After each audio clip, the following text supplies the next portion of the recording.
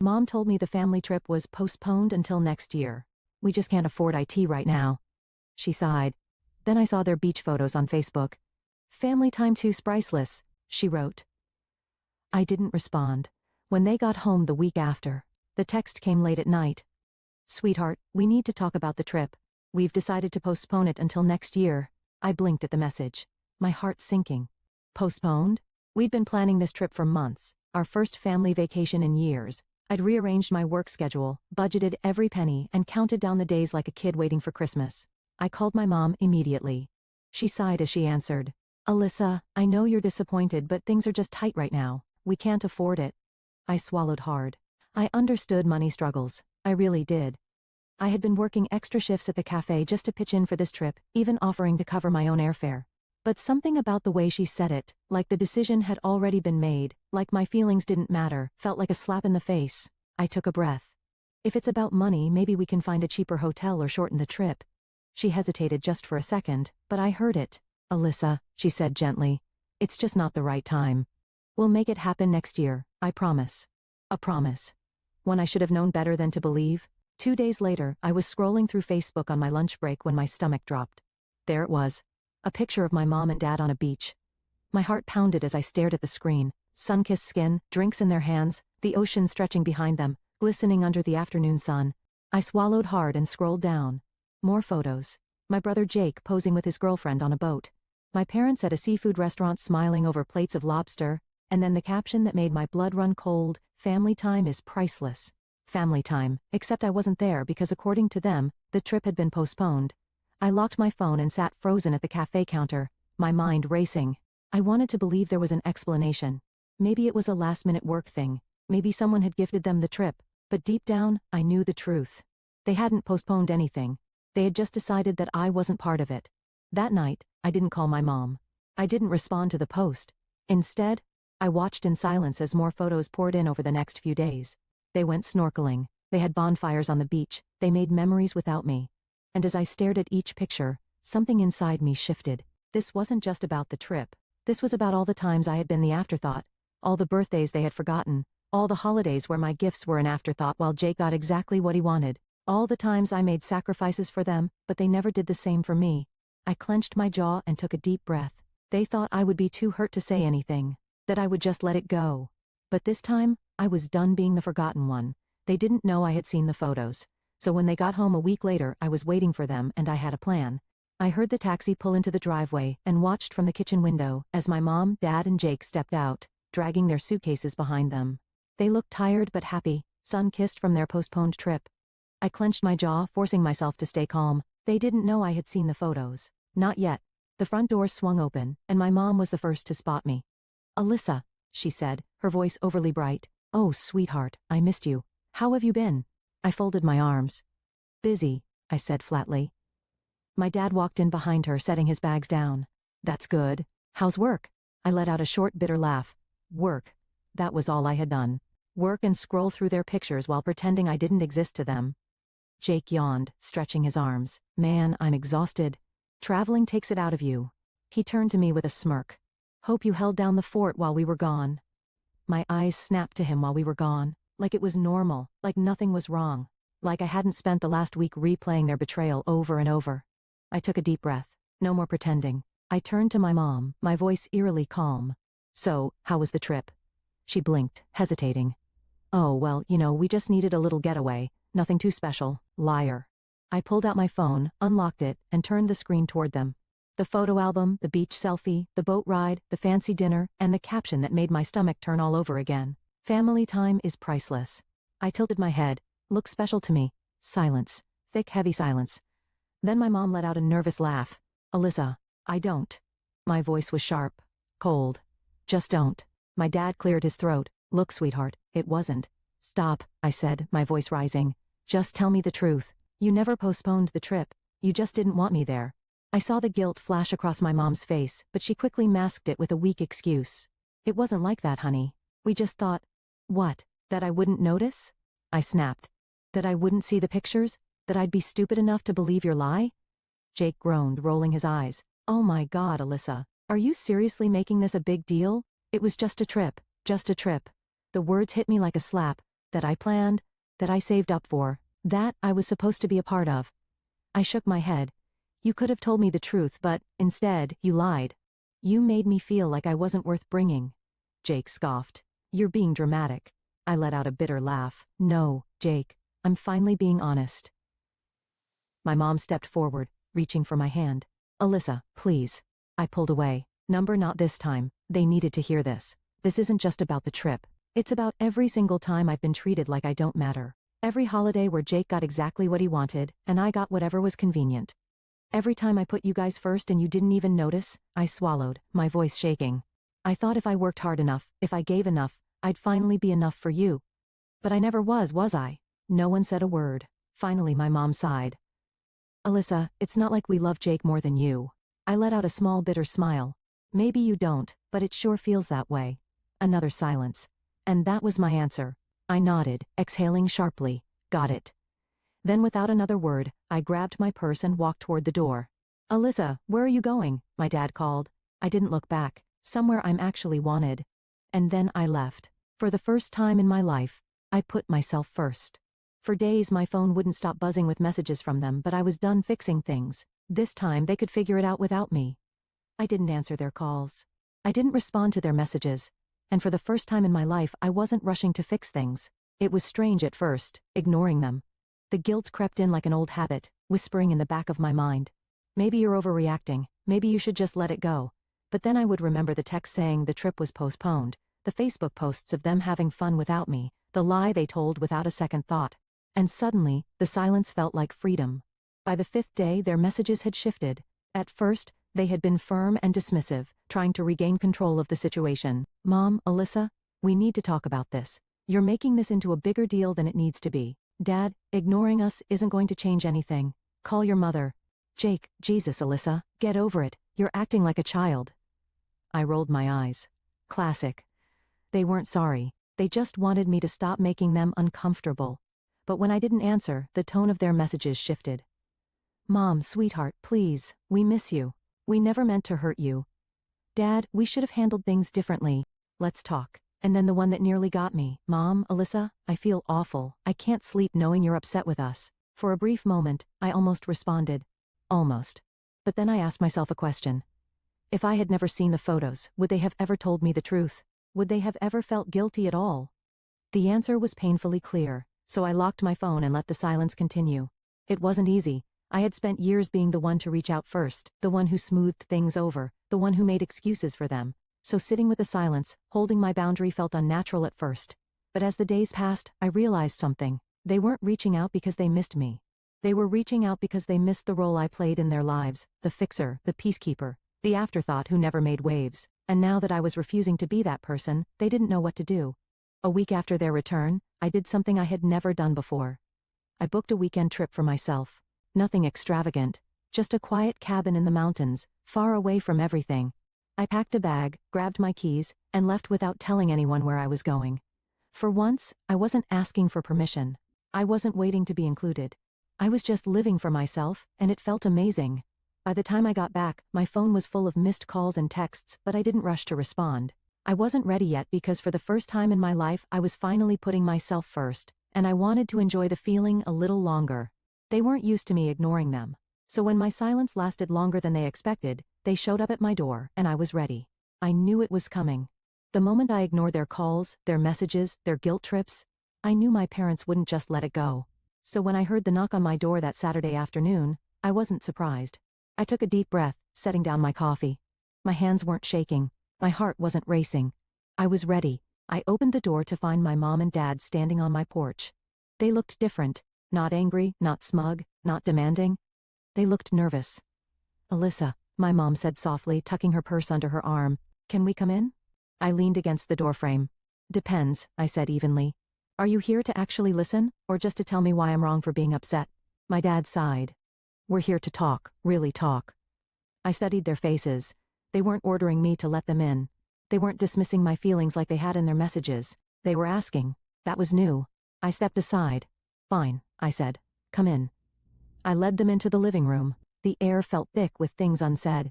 My mom sat on the couch, hands folded in her lap. My dad stayed standing, like he wasn't sure if he belonged.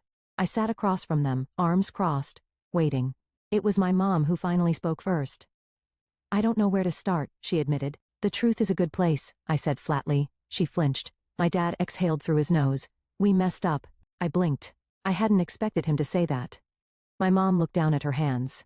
Alyssa, when we said the trip was postponed, it was a lie. No excuses, no dancing around it, just the truth. I swallowed, my throat tight. Why? She hesitated, then finally said, we thought it would be easier. Easier, just like she had texted me. I clenched my jaw. Easier for who? Silence. For you? I pressed. For Jake? I let out a bitter laugh. Because it sure as hell wasn't easier for me. My dad ran a hand over his face. We didn't think it would hurt you this much. I scoffed. You didn't think at all. My mom's voice cracked. We thought you'd understand. Understand. The same word they had used in their messages. The word that meant nothing. I leaned forward. Tell me the truth. If I hadn't seen those pictures, would you have ever told me? Neither of them spoke. That was my answer. I swallowed the lump in my throat and forced my voice to stay steady. Do you have any idea what that felt like? To see you all having fun without me, to know that I was never even considered? My mom's eyes shimmered with guilt. Alyssa, we love you. I shook my head. You don't treat people you love like that. My dad sighed, rubbing the back of his neck. We failed you, sweetheart. We should have been honest. I stared at him, then at my mom. Why are you really here? I asked. To apologize, or to make yourselves feel better? They hesitated. Then my mom said, both. At least that was honest. We sat in silence for a long time. Finally my mom said, I don't know how to fix this. I exhaled slowly, feeling the weight of all the years of being second place. And I realized something. I didn't need them to fix it, I just needed them to understand it would never be the same. I don't know either, I admitted, but I do know this. I'm not going to be the one to fix it for you. My dad nodded, slow and understanding. My mom wiped at her eyes. What do we do now? I met her gaze. That's up to you. They thought an apology would be enough, but apologies don't erase years of being treated like an afterthought. This time, they had to prove they were willing to change. Apologies were easy. Change? That was the hard part. After my parents left that day, I didn't feel relieved. I didn't feel like anything had really been fixed. They had admitted their mistake. They had apologized, but I had heard apologies before. It was their actions that had always told a different story. And this time I wasn't interested in words, I wanted proof. For the first time in my life I didn't go out of my way to reach out first. I didn't text them good morning. I didn't send updates about my life. I didn't check in to see if they needed anything. For the first time, I made them do the work. And at first, nothing happened. Days passed, then a week, then two, and I thought, there it is. That's the proof I needed. If I wasn't the one putting in the effort, there was no effort at all. I should have known. I should have expected it, but somehow it still hurt. It wasn't until the third week that things started to shift. It was a random Tuesday when my mom called. I let it go to voicemail, then came a text. Mom, hey sweetheart, just thinking about you. Hope you're doing okay. A part of me wanted to ignore it, to keep the distance. But another part of me, the part that had been waiting for any sign that they actually cared, hesitated. I didn't reply right away. Instead, I waited. The next day, my dad texted too. Dad, miss you kid. Let's get dinner sometime. I stared at the message, emotions colliding inside me. Not because I was ready to let them back in, but because for the first time, they were trying. I agreed to dinner, not because everything was forgiven, not because I was ready to pretend like nothing had happened, but because I needed to see if they were serious. We met at a quiet restaurant, just the three of us. Jake wasn't there, and that alone told me they had been paying attention. We sat down, and for the first time in years, my parents asked me about me. Not about Jake, not about work, not about whether I could help them with something, just me. I wasn't sure if it was genuine, or if they were just trying to fix what was broken, but for the first time, they were actually listening. And that was new. Halfway through dinner, my mom cleared her throat. We've been thinking a lot about what you said, she said carefully, about how we've treated you. I took a sip of my water, staying silent. She continued. And we've realized that we've always assumed you didn't need us the way Jake did. That because you were strong and independent, we didn't have to put in as much effort. I met her gaze. And now, she swallowed, and now we know that was wrong. I glanced at my dad. He nodded. We see it now, Alyssa. We do. For a moment, I didn't know what to say, because those were the words I had been waiting for my whole life. And yet, part of me still didn't believe them. Not yet. By the time dinner ended, something had shifted. Not in a dramatic everything is fixed way, but in a maybe this time they actually mean it way.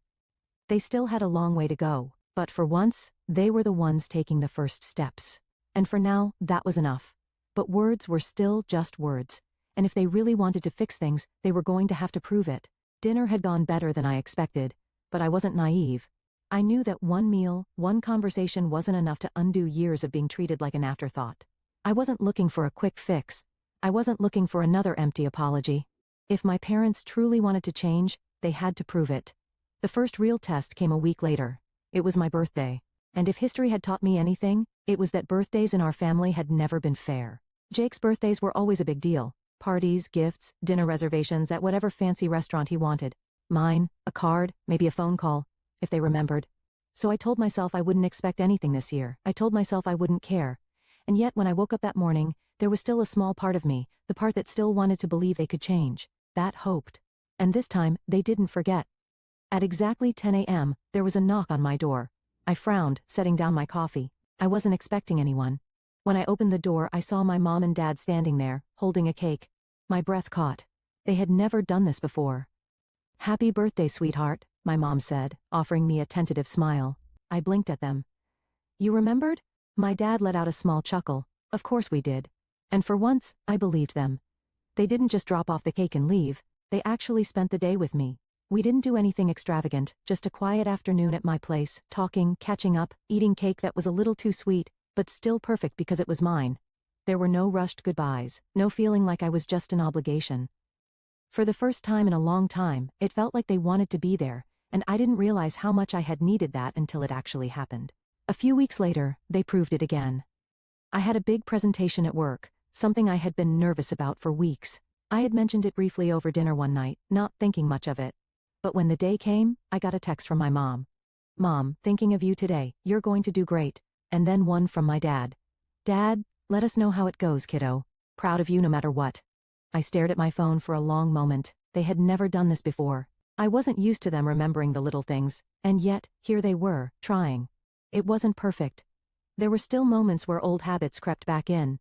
Mom still occasionally defaulted to making excuses for Jake. Dad still struggled to express himself in more than a few words. But the difference? They caught themselves, they noticed when they messed up, and they tried to do better. And that mattered. One night, a few months later, my mom called me. Not for anything in particular, just to talk. And at some point in the conversation, she sighed. "I know it's going to take time," she said carefully, "for you to trust us again." I swallowed. Yeah, a pause. Then, "We're not giving up, Alyssa. You're too important to us." I felt my throat tighten because for the first time I believed her. But for the first time in my life, I finally felt like I mattered. Change didn't happen overnight. There were still moments when I caught myself waiting for the other shoe to drop. For my parents to slide back into their old habits, for them to forget, to stop trying. But weeks passed, then months, and they kept showing up. It wasn't perfect, it wasn't effortless. But for the first time in my life, I finally felt like I mattered. One evening, I was sitting on my back porch, sipping tea, when my phone buzzed. It was Mom. Not an apology, not a guilt trip, just a simple text. "Mom, thinking of you. How's your week going?" I stared at the screen, something warm settling in my chest because that message wouldn't have existed a year ago. A few weeks later, I got another surprise. I had been saving for a trip, a solo vacation, just for me. I hadn't told my family much about it, mostly because I didn't want to deal with their opinions. But then, one night at dinner, my dad asked, "So when's your trip?" I blinked. "You remember?" He smirked. "Of course. It's Italy, right?" My mom nodded. "We were actually talking about it the other day. Do you need help with anything? Packing? Planning?" I studied them carefully, waiting for some catch, but there wasn't one. They weren't offering because they wanted something in return.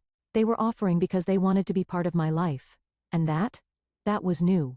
The night before my flight, I got a text from Jake. I almost didn't open it, but curiosity won. "Jake, Mom won't say it, but she's freaking out about you traveling alone. You know how she is." I rolled my eyes. Typical. Then another message came through. "Jake, you're actually doing it, living your life on your own terms." I hesitated before replying. "Me, yeah, I am." There was a long pause before his final message arrived. "Jake, that's kinda badass, sis." As I stepped off the plane in Rome, the weight of the last year settled on me. I had spent so much of my life waiting for my parents to see me, waiting for them to include me, waiting for the day when I wouldn't feel like an afterthought, but I wasn't waiting anymore. I was choosing myself. I had built a life where I didn't have to chase their approval. And somehow, in doing that, they had finally learned how to show up for me. A few days into my trip, I was sitting at a cafe when my phone buzzed. A group message. Mom, we just saw your latest photos. Rome looks amazing. Call us soon. We miss you. I smiled. Not because I needed their approval, but because for the first time, they weren't just saying the words, they meant them. And for the first time in my life, that was enough. You shouldn't have to beg for love. You shouldn't have to fight to be included. And if the people around you don't see your worth, choose yourself. Because sometimes when you stop waiting to be seen, that's when they finally notice.